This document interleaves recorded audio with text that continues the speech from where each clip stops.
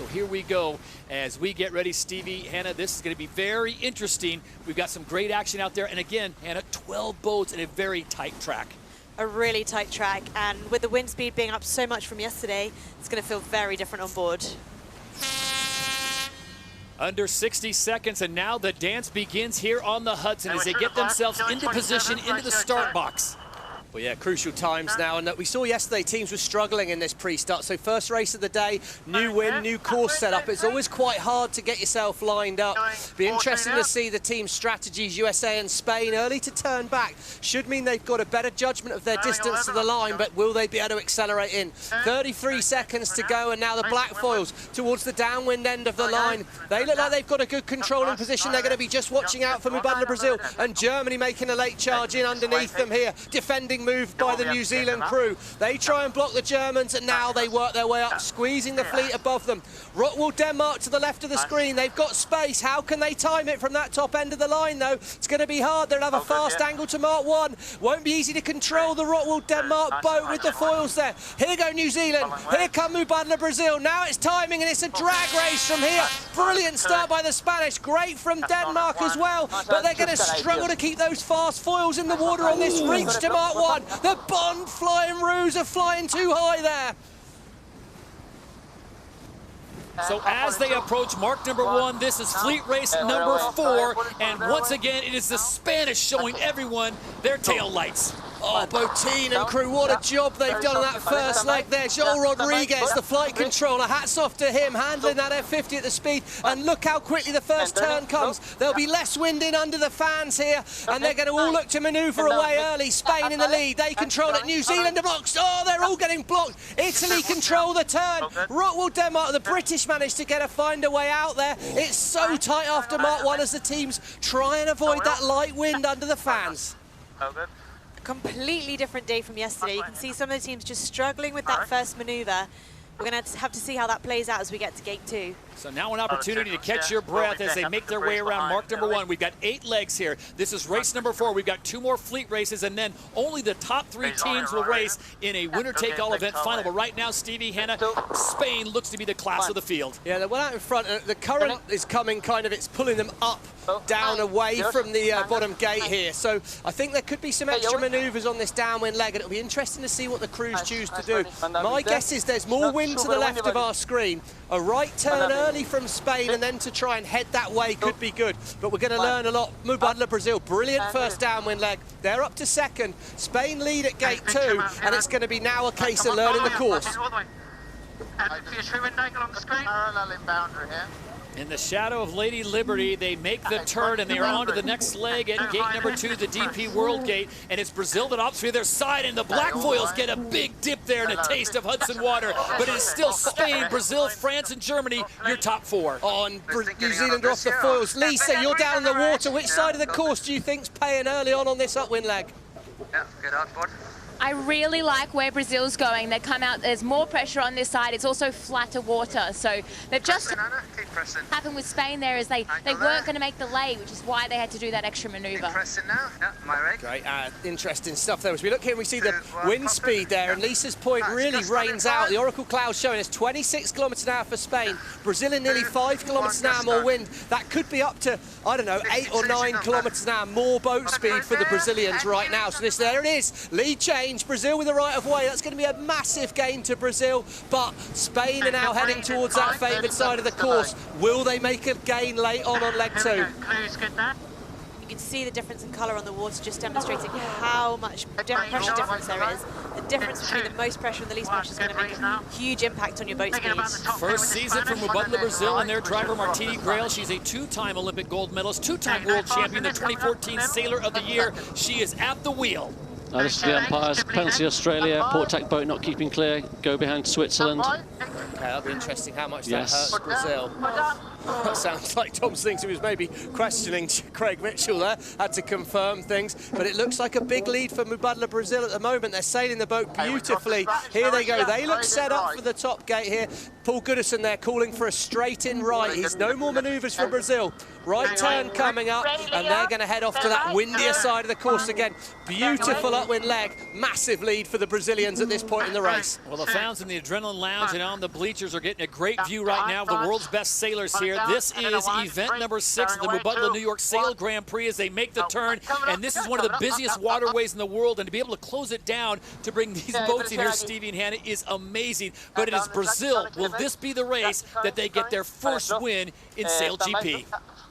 Well, they're well ahead at the moment, and they're heading on the favoured side of the course. I think what's interesting with this current, Hannah, is you're having to spend a lot more time on one tack than the other, so it's not an easy course to overtake on. No, that's right, and you can see the boats that are coming from the bottom of the screen and trying to do that right turn at the top. They don't have right of way, so they've got to pick their way through and make it really, really difficult to make the right decision at that point.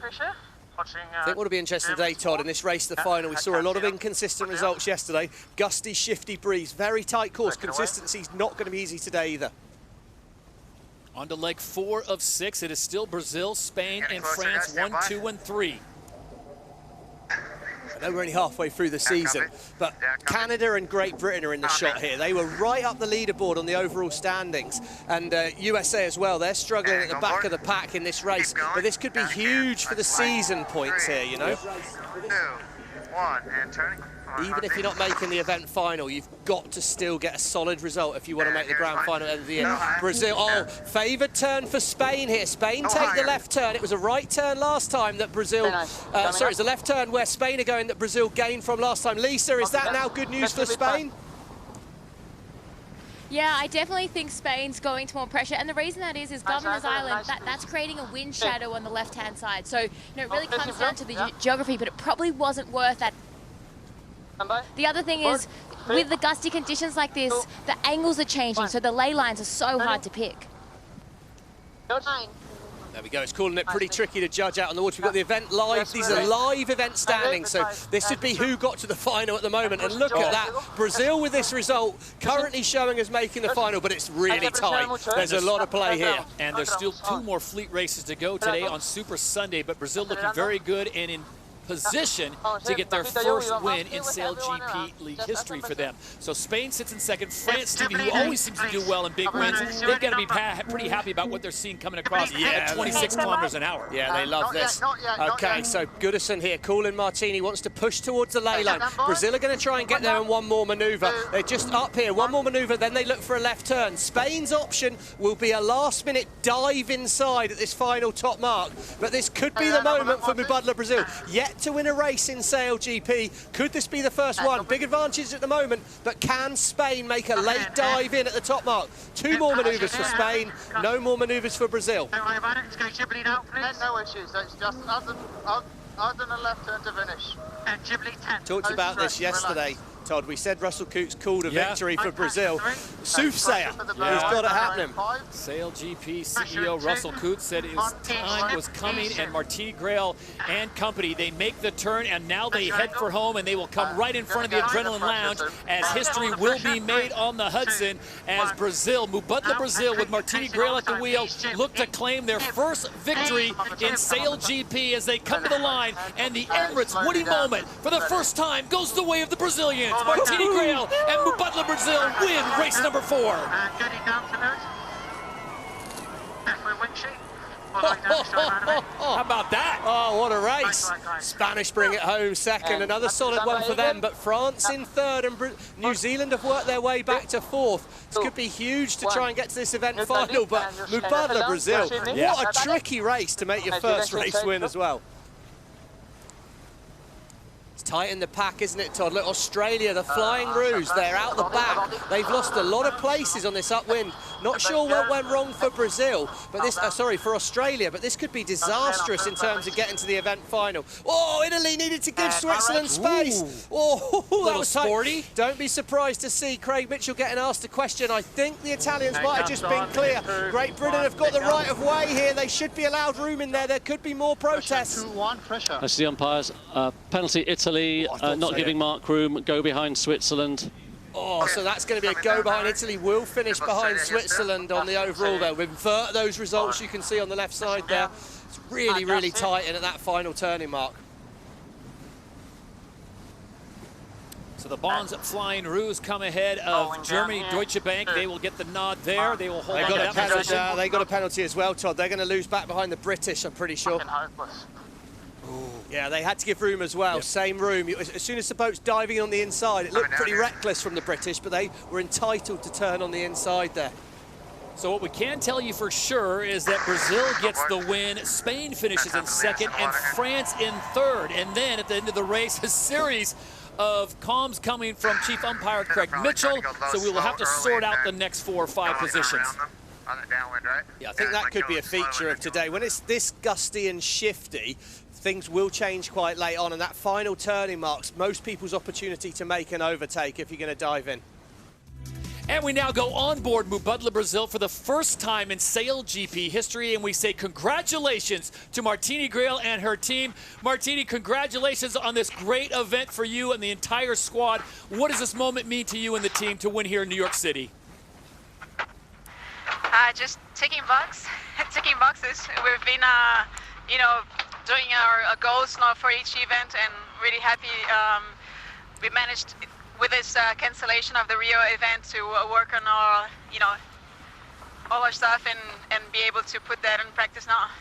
And Martini, it looks like a pretty crazy day out on the water there. What do you think are the main features for winning the race?